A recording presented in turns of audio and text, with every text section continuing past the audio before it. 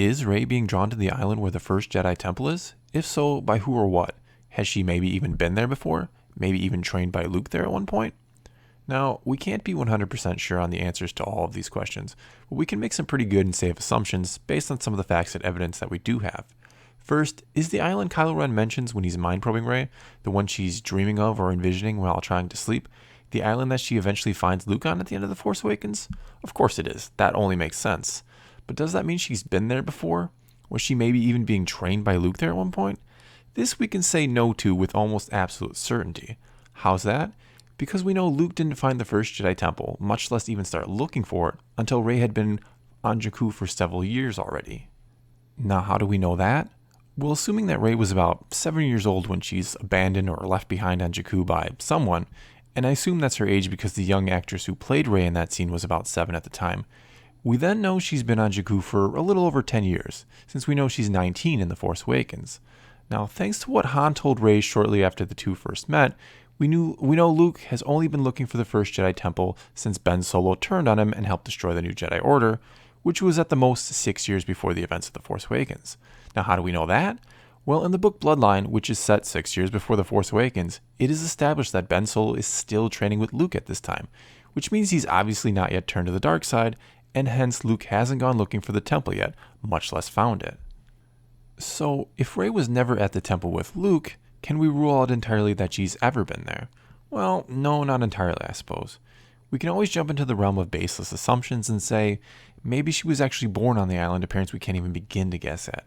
Maybe she was created by the Force there, not unlike how Anakin was supposedly created by the Force. Maybe somebody else was training her there at one point. We can come up with theories all day, but as of yet there's no evidence to support any of them, and the only evidence that she may have ever been there once is because she imagines it while she's trying to sleep.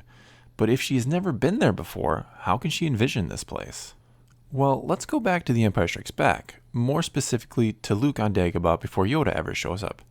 On 2 different occasions, while Luke is questioning just why the heck he came here and that it's a strange place to find a Jedi Master, he says these 2 lines to R2.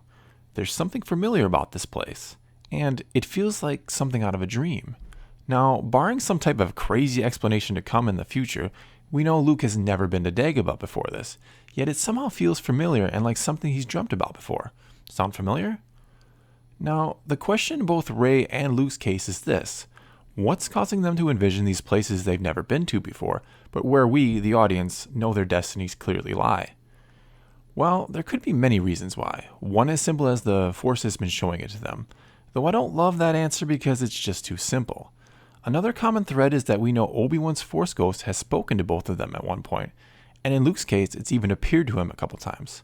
So is it possible Obi-Wan's putting visions in their heads to help nudge them in the right direction, to help them take the next step in their journey? We do know he flat out told Luke to go to Dagobah while Luke was freezing to death in the snowbank on Hoth. So maybe he's also been causing him to dream of Dagobah so that when he got there, it would feel familiar to him. So he doesn't just listen to the part of him that said he's losing his mind and leave Dagobah before Yoda even found him. And, as I brought up in another video, who knows how easy it is for Force Ghosts to appear to somebody, or rather how easy it is for someone to actually see a Force Ghost trying to appear or speak to them. The best Obi-Wan may be able to do, especially in Rey's case since she's either had no Jedi training at all, or have forgotten the little that she did get, is to influence her dreams or her thoughts by putting the image of an island there, the island that she'll find Luke on and her destiny, of course. And when she had the Force vision after touching Anakin's saber, Obi-Wan may have been able to piggyback off the effect, for lack of a better way of putting it, to get a few words in there, that being the only way he could commune with her. Now, one real interesting question this brings up, or problem with Force Ghosts being in Star Wars you could say, is if Obi-Wan knows about Rey, and clearly he does if he spoke to her in a Force vision, and if it's his intent to get Rey to Luke, why doesn't he do things the easy way and just direct Luke to Rey? Especially if she's related to one or even both of them, as some theories suggest. Now, I do have an answer to that. First of all, I think Luke's not mentally in a good place right now after what happened to his new Jedi Order. He went looking for the First Jedi Temple for answers about how the First Jedi did things, what their ways were and beliefs were. I also don't think he's taking Obi-Wan's call right now, if you will, which implies, which I've hinted at earlier, that a trained Jedi, such as Luke, can both easily commune with Force Ghosts or easily reject their visits and subtle influences if they choose. Why would he actively be rejecting them? Because I think the Force ghosts, that being Yoda, Obi-Wan, and even his father Anakin perhaps, were helping him rebuild the Jedi Order by giving him advice and maybe even directing him to possible new students.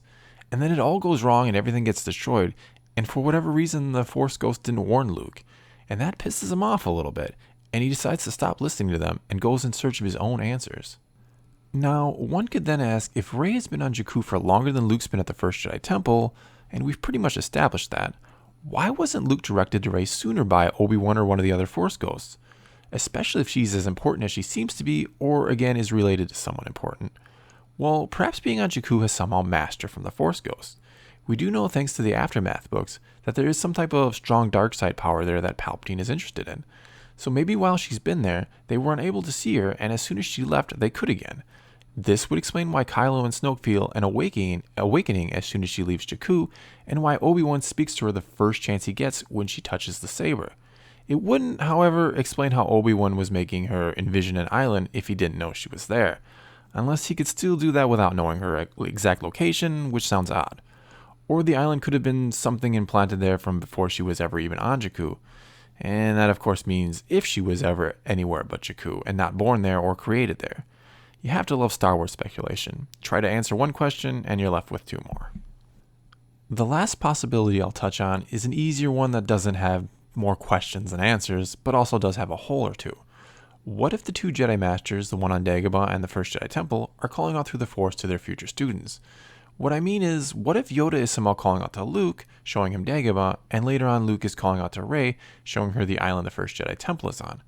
Again, not a perfect theory because in the show Rebels, we see Yoda can commune with Ezra quite easily, so it leaves one to wonder why he never did so with Luke.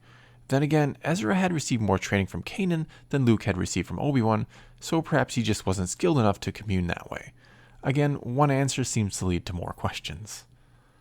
Well, that's all I got for you this time. Let me know in the comments below what you think, and let's talk some Star Wars. Also, please subscribe to my channel for more videos to come about all things Star Wars. If you're already a subscriber, then thanks for your continued support. If you want to know when I upload new videos, then please click the notification button or follow me on Twitter. And as always, thanks for watching.